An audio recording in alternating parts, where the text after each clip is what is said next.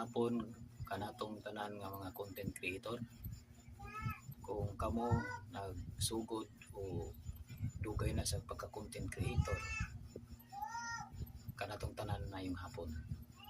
O sa mga bagong nagbuhat o nagsugod pa sa pagbuhat o content, na ako'y kasulti kaninyo nga ang pagbuhat ay og content nga kita mo ganahan ta nga muangat ta ang pagsunod ra gyud sa kanang proper engagement. Nakita mo tanaw sa video sa to ang isig ka content creator niya mo follow ta, mo share ta o kanang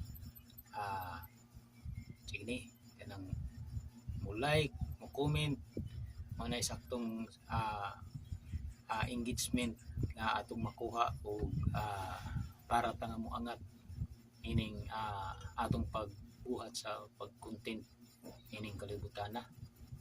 Kay dugay na kong experience ay pag vlog pero daghan akong mga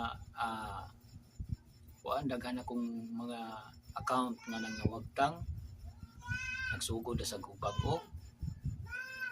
So ako'y account nga kuan na lock na sad. Una nga karon sa pagsugod nako, grasya sa Ginoo nga pila lang ka adlaw daghan ako og followers. Ubay-ubay na akong followers, mga na 5k na kaping.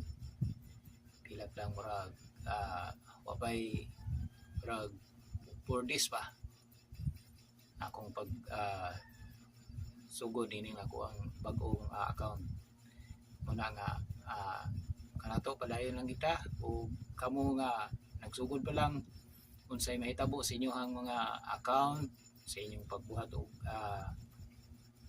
content, ayaw mo ka discourage kung ma-restrict inyong account, balik lang ta, sugod na po ta sa uno. Kay nani mo ning pagkinabuhi ni kalibutan na kinahanglan dili ta mo surrender. Padayon lang kita sa ato ang pagkinabuhi sa pagbuhat og matarong. Wala nga diri lang kukutob ang ako ang mga tambag kaninyong tanan nga kinahanglan nga magpadayon ta sa ato ang pagkinabuhi nga matarong. Di lang ta mag kinabuhi nga walay kapuslanan o daotang mga binuhatan. Ari lang ta mag-vlog lang ta, magbuhat ta content para nga kaluy-an ta sa Ginoo o